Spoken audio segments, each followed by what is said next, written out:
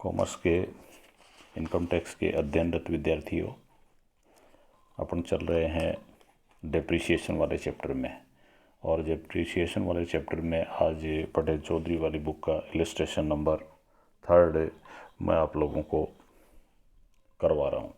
और करवाने का मकसद ये है कि इस एग्जाम्पल में जो कल या उससे पहले जो चर्चाएं की थी उससे नया जो मामला है वो ये है कि अगर उस जो ब्लॉक बना रखे हैं संपत्तियों के अपन ने अलग अलग से, जिनके ऊपर समान डेप्रिसिएशन की रेट लागू है और एक ही ब्लॉक में एक तरह की संपत्ति और उनके ऊपर सेम डेप्रिसिएशन की रेट वाले ब्लॉक्स या ग्रुप बना रखे हैं, उनमें उस ब्लॉक में अगर कोई संपत्ति बेची जाती है और ब्लॉक का जो रिटर्न डाउन वैल्यू है उससे ज़्यादा आपको वसूली हो जाती है, तो फिर ये ध्यान रखना है कि डेप्रिसिएशन नहीं देना है, एक बात। और दूसरी बात ये है कि उस ब्लॉक में अब संपत्तियां अगर मान लो बेच दी जाती हैं और कोई संपत्ति बाकी नहीं है तो भी डेप्रिसिएशन देने का उसमें कोई सवाल अब नहीं है, क्योंकि अगर सारी संपत्तियां बिक गई तो फिर लाभ या हानि की गणना ही होती है, डेप्रिसिएशन नहीं दिया जाएगा। तो इस तरह का एक इलस्ट्रेशन दे रखा है आप लोगों के लिए, इलस्ट्रेशन 3, जो मैं एक बार पढ़ के क्लियर करता हूँ। 1 अप्रैल 2019 को राम प्रसाद के स्वामित्व में निम्नांकित संपत्तियां थी और उसी तरह से 3 कॉलमों के द्वारा ये सूचनाएं दे रहे हैं। पहले संपत्ति कौन कौन सी हैं उसका कॉलम, फिर उसके बाद में वर्ष के प्रारंभ में या गत वर्ष के प्रारंभ में अपलिखित मूल्य रिटर्न डाउन वैल्यू, और गत वर्ष अपना 19-20 जो स्टार्ट होता है 1 अप्रैल से, और फिर तीसरे कॉलम में रेट ऑफ डेप्रिसिएशन कि उसकी उस संपत्ति के ऊपर डेप्रिसिएशन की दर लागू क्या है। शुरुआत ये कर रहे हैं मशीन से, और इनके पास में ओपनिंग बैलेंस के रूप में 4 तरह की मशीनें हैं, A, B, C और D, और सबके अपलिखित मूल्य या WDV रिटर्न डाउन वैल्यू दे रखे हैं और उनकी रेट ऑफ डेप्रिसिएशन दे रखी है। AB की जो डेप्रिसिएशन की रेट है वो 15% है, वो एक ग्रुप में आएंगी, और CD जो मशीन है उसकी रेट है वो 30% है दोनों की, तो इनका अलग ग्रुप होगा, ये अलग ग्रुप में आनी है। तो 2 ग्रुप हो गए, 15% वाला और 30% वाला मशीन से संबंधित। और फिर उसके बाद में पेटेंट हैं इनके पास में, और पेटेंट पर रेट ये बता रहे हैं 25%। तो एक ब्लॉक हो जाएगा पेटेंट का। ये ओपनिंग बैलेंस का मामला। फिर उसके बाद में इन्होंने कहा गत वर्ष के दौरान ये संपत्तियां इन्होंने और प्राप्त की। कौन कौन सी प्राप्त करी? ABCD मशीनें इनके पास थी, E मशीन और प्राप्त कर ली 1 लाख रुपए की, और ये प्राप्त करी है इन्होंने जुलाई 20, 2019 को। डेट का ध्यान रखना है अपने को, क्योंकि 6 महीने से कम या ज़्यादा डेप्रिसिएशन की रेट लगाने के लिए अवधि को ध्यान रखना पड़ेगा। 6 महीने से कम होने पर लागू दर का आधा डेप्रिसिएशन, और 6 महीने से ज़्यादा होने पर जो डेप्रिसिएशन की दर लागू है वो पूरी दर से डेप्रिसिएशन दिया जाता है। तो E मशीन खरीदी इन्होंने, पहले से ही 4 मशीनें थी, E और ख़रीद ली, और इसके ऊपर 15% है तो ये 15% वाले ग्रुप में चली जाएगी। और इसी तरह से मशीन इन्होंने F खरीदी, E के बाद में F भी खरीदी जिसके ऊपर रेट लागू है 15%, ये भी 15% वाले में। और ये कह रहे हैं कि मशीन पुरानी है, कोई फ़र्क नहीं पड़ता, गत वर्ष के दौरान खरीदी गई है और क्रय मूल्य आपको दे रखा है। तो ओपनिंग बैलेंस में क्रय को अपन जोड़ते हैं और विक्रय को घटाते हैं, सेल्स को घटाते हैं, और फिर उसके बाद में जो रिटर्न डाउन वैल्यू बचता है उस पर डेप्रिसिएशन देते हैं। और फिर उसके बाद में मशीन G जो दूसरी कैटेगरी में आती है, G वाली 30% में, ये मशीन इन्होंने खरीदी, और ये खरीदी है इन्होंने दिसंबर 19 में। और फिर उसके बाद में आपको दिया हुआ है कॉपीराइट, और कॉपीराइट भी गत वर्ष में 20,000 रुपये के खरीदे इन्होंने, और उसके ऊपर दर है 25% कॉपीराइट। कॉपीराइट का मतलब हिंदी में कृत्य स्वामित्व है, किसी भी बुक को लिखने का अधिकार, कॉपीराइट, उसके राइट होते हैं, और वो 20,000 में खरीदे, रेट है 25%। ये क्रय हो गया, ओपनिंग बैलेंस हो गया, क्रय हो गया, और फिर वर्ष के दौरान इन्होंने विक्रय किया। संपत्तियां बेची कौन कौन सी? इन्होंने मशीन बी बेची, और ट्रांसफ़र एक्सपेंसेस भी बता रहे हैं 2,000 रुपये, और बिकी है वो 40,000 में। जो ट्रांसफ़र एक्सपेंसेस होते हैं वो रेवेन्यूगत एक्सपेंसेस हैं और लाभ हानि खाते में दिखाते हैं। फिर इसी तरह से मशीन डी बेची 1,30,000 में, मशीन सी बेची 64,000 में, और पेटेंट बेचे 2,000 में। 2,000 इसके ट्रांसफ़र एक्सपेंसेस हैं, बिकी है 1,00,000 में। तो ये मशीनों का सेल कंसिडरेशन है, या सेल्स कह सकते हैं इसको, विक्रय मूल्य या विक्रय प्रतिफल। अब आपको पूछा गया है कर निर्धारण वर्ष 2021 के लिए राम प्रसाद को स्वीकृत साधारण राशि की राशि की गणना कीजिए।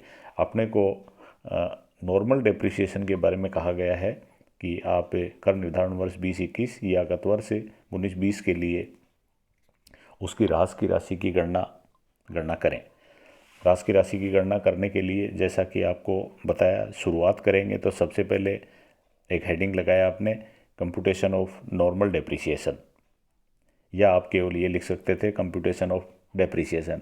नॉर्मल इसलिए लिख दिया कि इन्होंने कहा है कि नॉर्मल डेप्रिसिएशन बताइए, तो अपन ने लिख दिया computation of normal depreciation for the assessment year 2020-21, और इसका प्रीवियस ईयर है 19-20।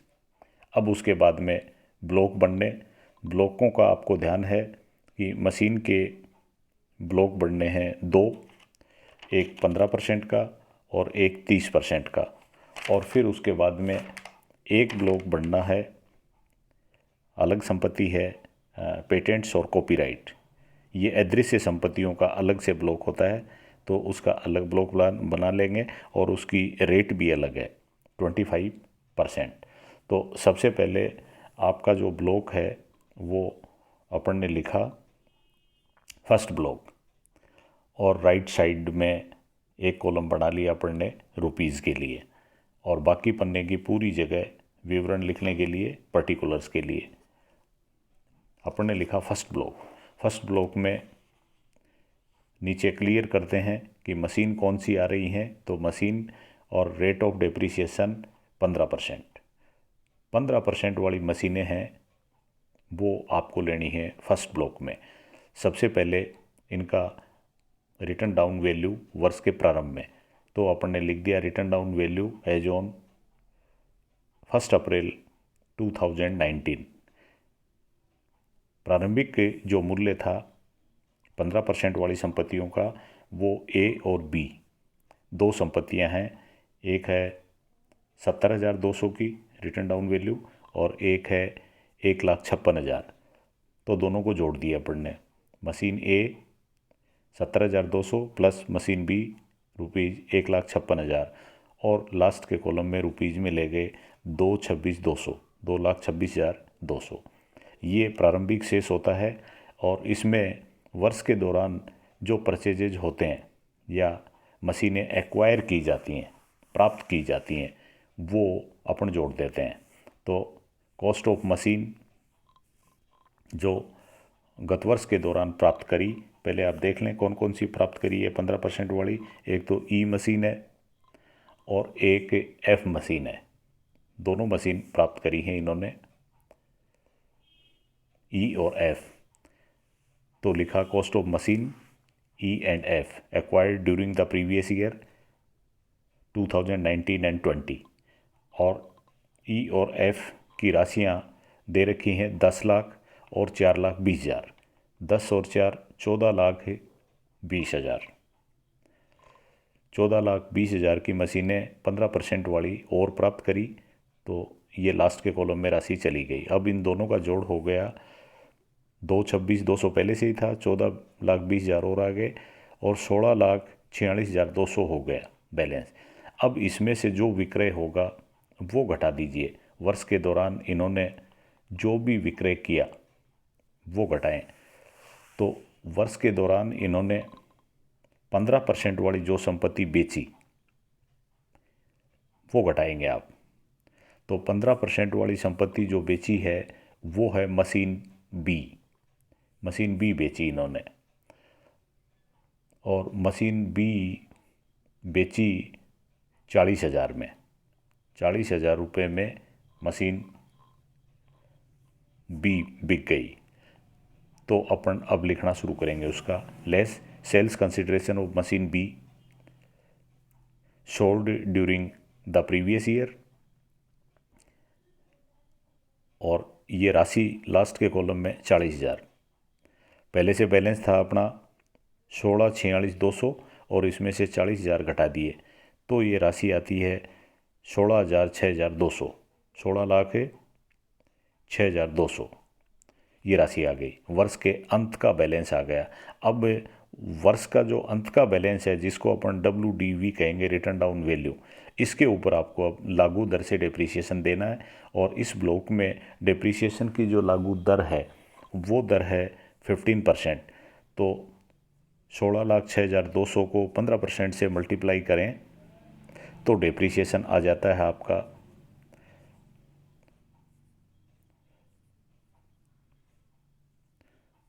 2,40,930। 2,40,930 ये आ गया। तो पहले ब्लॉक का काम ख़त्म हो गया 15% वाले का। अब उसके बाद में सेकंड ब्लॉक में आते हैं। तो अपन ने लिखा सेकंड ब्लॉक या दूसरा समूह सेकंड ब्लॉक, और सेकंड ब्लॉक के आगे लिख दें मशीन, और रेट ऑफ डेप्रीसिएशन लिखा अपन ने 30%। ऐसी मशीनें जिनके ऊपर 30%। अब 30% वाली मशीन का आप ओपनिंग बैलेंस से देखेंगे 30% वाली, और 30% वाली मशीन है वो आपके पास में दो हैं, सी और डी।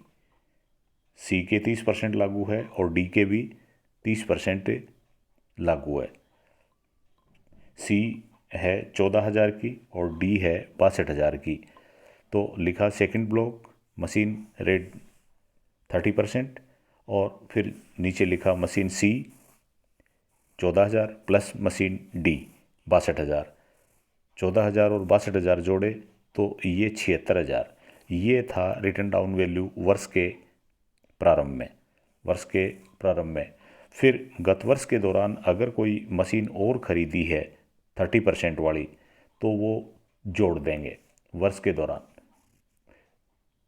वर्ष के दौरान इन्होंने प्राप्त करी है मशीन जी,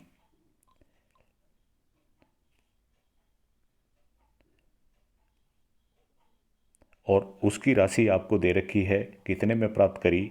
80,000 रुपये में वर्ष के दौरान जो प्राप्त होती है वो अपन ने जोड़ दी। तो 76 और 80 हो गया। तो इस ब्लॉक की राशि हो गई है कुल मिला के 1,56,000। 1,56,000। अब उसके बाद में मशीन अगर बिकती है इस दर वाली 30% वाली तो उनको घटा देंगे अपन। ये 1,56,000 आ चुके हैं।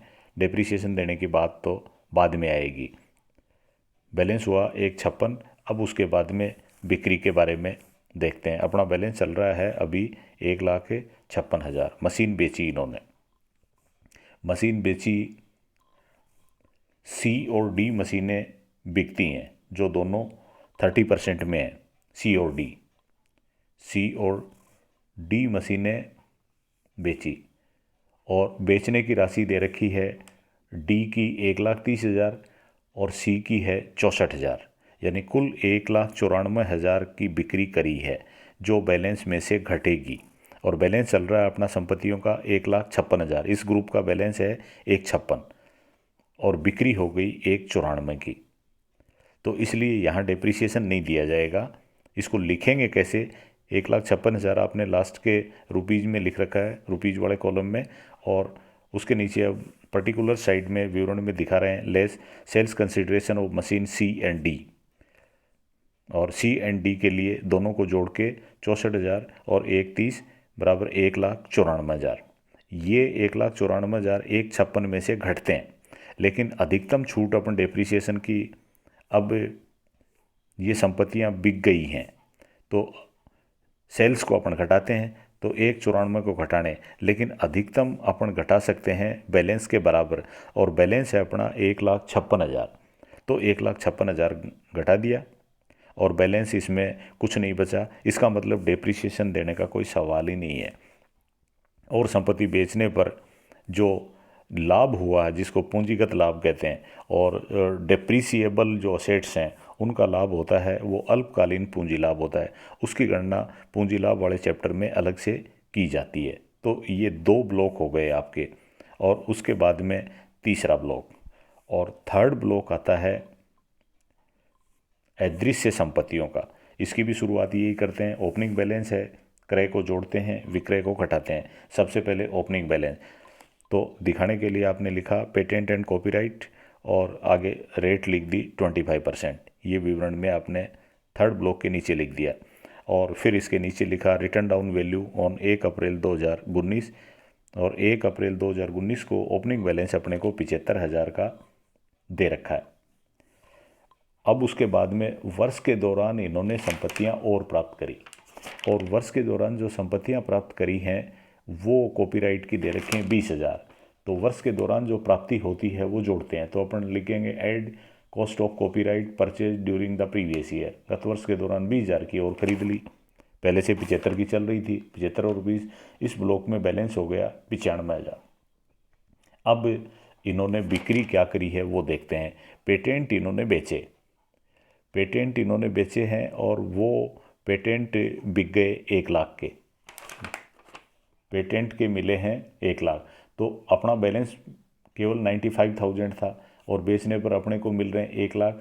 तो अधिकतम अपन जो अभी तक हम अपना बैलेंस चल रहा है उसमें से विक्रय मूल्य को घटाते हैं, और विक्रय मूल्य 1 लाख, लेकिन अपन घटाएंगे केवल 95,000 को, क्योंकि अपना बैलेंस ही 95,000 है, उससे ज़्यादा यहाँ पर नहीं घटाएंगे। तो आप पर्टिकुलर्स में फिर लिखेंगे less sales consideration of patents